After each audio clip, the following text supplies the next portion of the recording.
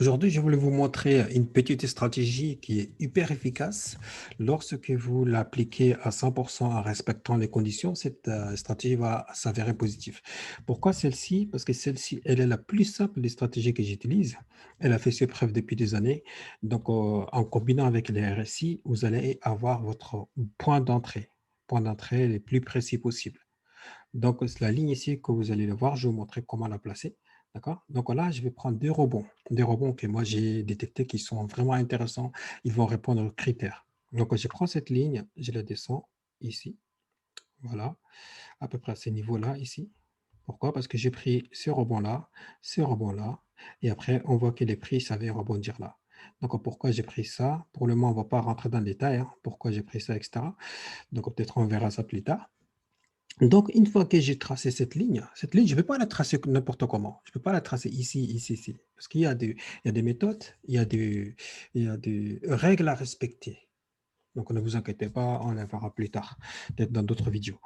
Donc, une fois que j'ai tracé cette ligne, je peux la tracer en amont, hein, depuis, par exemple, je la trace 2 jours, 3 jours avant, parce que je suis en H4. Donc, je sais que le jour que je viendrai rebondir sur cette ligne, là, la probabilité de partir à l'achat est quasiment supérieure. Par contre, là, pour le moment, il n'y a rien qui me dit que la tendance, elle va partir à l'achat tout de suite. Je ne peux pas rentrer, me positionner tout de suite, malgré que la ligne, malgré qu'on a deux bougies là, vous voyez la bougie rouge qui vient rebondir exactement sur la ligne, plus la bougie verte qui part d'ici pour aller là.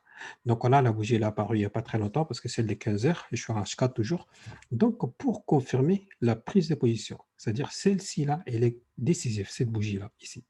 Donc, tant que cette bougie, elle ne finisse pas en verte, si elle reste verte jusqu'à la fin de ces 4 heures, là, la probabilité que je pars à la hausse est vraiment maximale.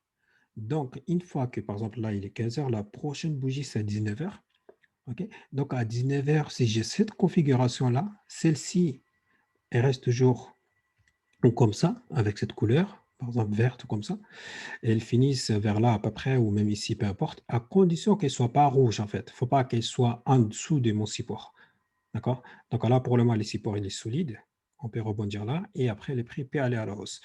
Et celle-ci, cette stratégie, on peut les combiner. Moi, je le combine avec le RSI. Après, si vous avez d'autres indicateurs, vous pouvez utiliser cette stratégie avec cette ligne et puis travailler avec peut-être stochastique ou peu importe les indicateurs que vous utilisez. Donc, quand vous avez celle-ci, cette configuration avec la ligne tracée, donc on a juste vous regarder sur le RSI parce que nous, on cherche une position à l'achat. Parce que cette configuration me donne la possibilité d'acheter, mais pas tout de suite à attendre la confirmation. Donc, je vais regarder quand même sur le RSI, est-ce que j'ai une divergence ou une convergence sur le support? Parce que je cherche une position à l'achat. Quand on cherche une position à l'achat, on regarde toujours le support. Et quand on cherche une position baissière, par exemple là, position baissière, donc on cherche toujours, on va confirmer avec une divergence sur la résistance. Parce que par contre, là, on le voit ici, hein.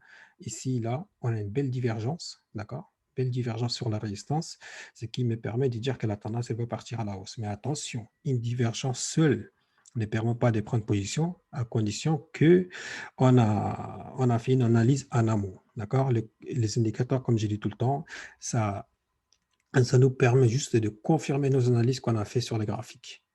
Donc là, par exemple, on regarde bien ici, on est en présence d'un double top. Donc voilà le pullback qui est fait, donc on peut rentrer ou soit avec d'autres stratégies, etc. Donc on peut très bien rentrer ici avec cette convergence, vu qu'on a les graphiques qui confirment la baisse ou épaule tête épaule, hein, comme on le voit bien ici. Donc là, pareil, cette stratégie ne rentre pas dans les graphiques chartistes, c'est une stratégie seule.